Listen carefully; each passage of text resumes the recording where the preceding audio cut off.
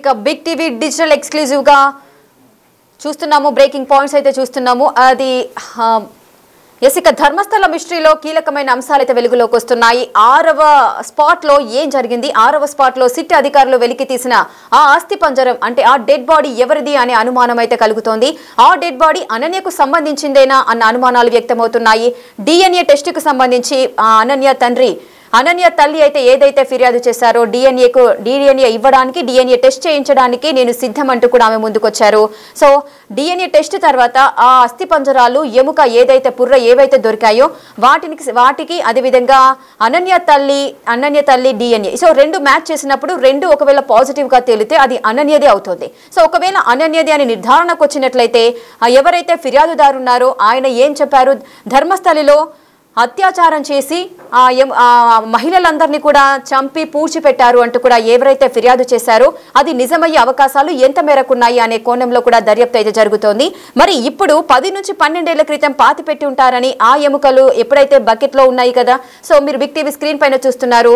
6వ స్పాట్ లో దొరికిన ఎముకలు, పుర్రే అవన్నీ కూడా ఒక బకెట్ లో స్టోర్ చేసి పెట్టడాన్ని మనము గమనించవచ్చు. బిగ్ టీవీ స్క్రీన్ పైన మనకు white colour and green colour bucket లో అయితే మనకు కనిపిస్తుంది. సో దానికి సంబంధించి నార్మల్ గా డెడ్ బాడీకి అయితే శవ పరీక్ష నిర్వహిస్తారు, డిఎన్ఏ టెస్ట్ చేస్తారు. మరి ఎముకలకు డిఎన్ఏ టెస్ట్ ఏ విధంగా చేస్తారు? సో ఒకవేళ డిఎన్ఏ టెస్ట్ చేయాలంటే అది సాధ్యమయ్యే పనేనా? ఇప్పుడు ఫోరెన్సిక్ అధికారులు ఏం చెబుతున్నారు, ఏ విధంగా డిఎన్ఏ టెస్ట్ చేయబోతున్నారు, అది సాధ్యమయ్యే పనేనా? నార్మల్ గా ఒక వ్యక్తి చనిపోయినా లేకపోతే రీసెంట్ గా చనిపోయిన డెడ్ బాడీకి డిఎన్ఏ చేయడం సాధ్యమవుతుంది, కానీ 10-12 సంవత్సరాల క్రితం చనిపోయినా లేదంటే ఆ ఎముకలకి డిఎన్ఏ టెస్ట్ ఏ విధంగా సాధ్యమవుతుంది అనేది కూడా తెలియాల్సిన పరిస్థితి నెలకొంది. ఆ డెడ్ బాడీ కూడా 10 నుంచి 12 ఏళ్ల క్రితం పాతిపెట్టి ఉంటారనే అనుమానాలు అయితే వ్యక్తమవుతున్నాయి. అది ఒక మహిళ డెడ్ బాడీకి సంబంధించిన ఎముకలు, పుర్రెగా నిర్ధారణకైతే వస్తున్నారు అధికారులంతా కూడా. అసలు అస్థిపంజరం నుంచి ఎలాంటి సమాధానాలు దొరుకుతాయి, ఒకవేళ దాన్ని టెస్ట్ చేసినట్లయితే ఎలాంటి సమాధానాలు, ఎటువంటి క్లూస్ బయటకు వస్తాయి అనేది కూడా వేచి చూడాల్సిన పరిస్థితి నెలకొంది. ఇంతకీ ఆ ఒక డెడ్ బాడీకి అత్యాచారం జరిగిందా లేదా అనేది టెస్ట్ చేస్తే సరిపోతుంది, తెలుస్తుంది. మరి ఎముకలకి అత్యాచారం జరిగిందా లేదా అనేది మనం ఏ విధంగా కనుకోవచ్చు? అసలు ఫోరెన్సిక్ అధికారులకు ఇది సాధ్యమయ్యే పనేనా? ఏ కోణంలో అంటే ఎటువంటి విషయాలను ఎటువంటి కోణంలో వారు పరిశీలించే అవకాశాలు ఉంటాయి, అసలు ఏ విధంగా టెస్ట్ చేస్తారు ఫోరెన్సిక్ అధికారులు అనేది కూడా తెలియాల్సిన పరిస్థితి నెలకొంది. 12 ఏళ్ళు అయింది కాబట్టి మరి రేప్ జరిగిందా లేదా అనేది ఆనవాళ్ళు ఏదైనా దొరుకుతాయా? అసలు అన్ని నిర్ధారించలేమంటూ కూడా ఫోరెన్సిక్ అధికారులు అయితే చెబుతున్నారు. మరి ఎముకలపై గాయం ఉంటే కీలక ఆధారంగా మారే ఛాన్స్ అయితే ఉంటుంది. ఒకవేళ ఆ ఎముకలపైన ఏదైనా విషపు పదార్థాలు పెట్టి చంపి ఉన్నట్లయితే, ఆ ఎముకలపైన ఏదైనా పాయిజన్ కి సంబంధించిన ఆనవాళ్లు ఉన్నట్లయితే దాన్ని టెస్ట్ చేసి నిర్ధారించే అవకాశాలు ఉంటాయి. లేదంటే ఎముకలపైన ఇంకేదైనా గాయాలు కలిగినట్లయితే ఆ గాయాలను బేస్ చేసుకొని టెస్ట్ చేసినా కూడా ఫోరెన్సిక్ అధికార నిపుణులు ఏదైనా బయటకు వచ్చే ఛాన్స్ ఉంటుంది, ఏదైనా ఆన్సర్ బయటకు వచ్చే అవకాశాలు అయితే ఉంటాయి. మరి అదేవిధంగా కొన్ని విషపు మరకలు ఉండే అవకాశం కూడా మనకు తెలుస్తోంది. మరి ఏం జరగబోతోంది, ఎలాంటి ఫలితము ఉండబోతోంది అనేది తెలియాలి. డిఎన్ఏ టెస్టుల్లో ఎవరితోనైనా మ్యాచ్ అయితే ఆ డెడ్ బాడీ ఎవరిదన్న సస్పెన్స్ వీడే ఛాన్స్ అది ఎంతమందికి ఉంటుంది? కొన్ని వందల మంది చనిపోయారు 1999 నుంచి ఈ సంఘటన అయితే జరుగుతోంది. మరి అప్పటి నుంచి ఇప్పటి వరకు ఒకవేళ మనం క్యాలిక్యులేట్ చేసుకున్నట్లయితే ఇన్ని సంవత్సరాలుగా జరుగుతున్న ఈ మారణ హోమం, లేదు అంటే ఇంతమంది మహిళలు, చిన్నారుల శవాల్ని అక్కడ ధర్మస్థలలో పూడ్చిపెట్టడాన్ని ఏ విధంగా చూడొచ్చు దీన్ని? సో అంతమంది మృతదేహాలను మనం వెలికి తీయడము, అందరితో సో అన్ని డెడ్ బాడీలకి డిఎన్ఏ టెస్ట్ చేయడము ఎంతవరకు సాధ్యమవుతుంది? అది కూడా మనం ఒకసారి ఆలోచించాల్సిన పరిస్థితి నెలకొంది.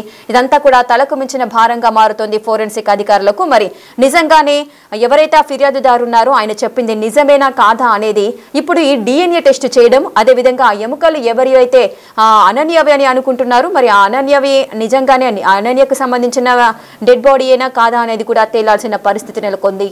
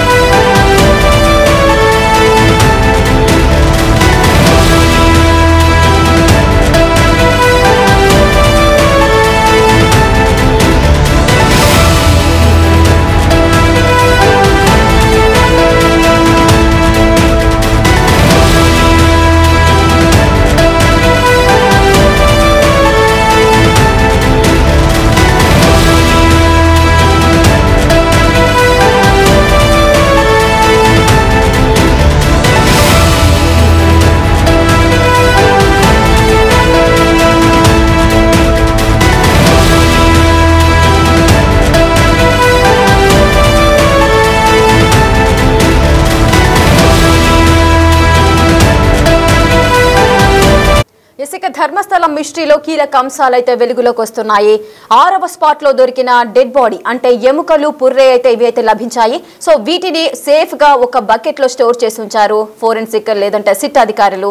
మరి ఆ ఎముకలకు సంబంధించి ఆ ఎముకలకు నిజంగానే అంటే ఆ డెడ్ బాడీకి అత్యాచారం జరిగిన తర్వాతనే వాటిని పూడ్చిపెట్టారా లేదా అనేది ఎలా తేలుతుంది? అంటే సాధారణంగా చనిపోయిన వ్యక్తులకి ఒకవేళ డెడ్ బాడీ ఉన్నట్లయితే శరీరానికి మనము ఆ పరీక్షలు లేదంటే టెస్టులు చేసినప్పుడు ఆ అత్యాచారం జరిగిందా లేదా అనేది తెలుస్తుంది. మరి ఇప్పుడు ఎముకలకు అత్యాచారం జరిగిందా లేదా అనేది ఏ విధంగా తేల్చబోతున్నారు? ఇది అసలు ఫోరెన్సిక్ నిపుణులకు సాధ్యమయ్యే పనేనా అన్న కోణంలో ఆలోచనలు అయితే రేకెత్తుతున్నాయి.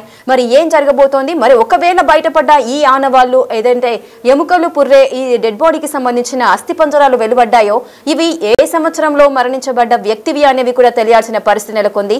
మరి అంతమందికి డిఎన్ఏ టెస్టులు చేయడం సాధ్యమేనా అన్న కోణంలో కూడా ఫోరెన్సిక్ అధికారులు అయితే అనుమానాలు పడుతున్నారు. మరి అదంతా సాధ్యమయ్యే పనేనా అంటూ కూడా ఆలోచనలో పడ్డ పరిస్థితి నెలకొంటుంది. మరి గత కొద్ది సంవత్సరాలుగా 10-13 సంవత్సరాల గతంలో 10-13 సంవత్సరాల క్రితం జరిగిన ఈ మర్డర్స్ లో ఈ డెడ్ బాడీ ఇప్పుడు బయటకు వచ్చింది. మరి దీనికి అత్యాచారం జరిగిందా లేదా అనేది ఏ విధంగా తెలుసుకోవడం? ఎవరైతే ఫిర్యాదుదారు ఉన్నారో ఆయన చేసిన ఫిర్యాదు మేరకు లైంగిక దాడి జరిగిన తర్వాతనే లేదంటే విషప్రయోగం జరిగిన తర్వాతనే ఆ మహిళల చిన్నారుల మృతదేహాలను పూడ్చిపెట్టడం జరిగింది అంటూ కూడా ఆయన పేర్కొన్న విషయం అయితే మనందరికీ తెలుసు. మరి ఈ కోణంలో ఒకవేళ బయటికి వెలువడ్డ ఎముకలు పుర్రె అంటే ఆ డెడ్ బాడీకి సంబంధించి ఎటువంటి పరీక్షలు చేస్తే అత్యాచారానికి లోనయ్యారు ఆ వ్యక్తులు అనేది ఏ విధంగా బయటపడుతుంది? సో దీనికి సంబంధించి ఏ విధమైన ఫలితాలు వెలువడే అవకాశాలు ఉన్నాయి? అసలు ఫోరెన్సిక్ అధికారులు ఏం చెబుతున్నారు అనేది కూడా చూడొచ్చు. అదేవిధంగా డిఎన్ఏ టెస్టులు అసలు అంతమందికి నిర్వహించడం సాధ్యమయ్యే పనేనా అంటూ కూడా మరికొంతమంది ఆలోచనలో పడ్డారు. ఇదంతా కూడా అసాధ్యం అంటూ మరికొంతమంది ఫోరెన్సిక్ ఎక్స్పర్ట్స్ కూడా చెబుతున్నారు. కానీ అంతమందికి డిఎన్ఏ టెస్టులు నిర్వహించడం కూడా అసాధ్యం అంటూ కూడా ఎక్స్పర్ట్స్ చెబుతున్నమాట. మరి ఈ కేసులో ఏం జరగబోతోంది? ఈ 6వ స్పాట్ లో దొరికిన ఈ ఎముకలు పుర్రె ఎటువంటి సంకేతాలను ఇస్తాయి? ఏ విధంగా ఈ కేసును ముందుకు తీసుకువెళ్తాయో చూడాల్సిన పరిస్థితి నెలకొంది.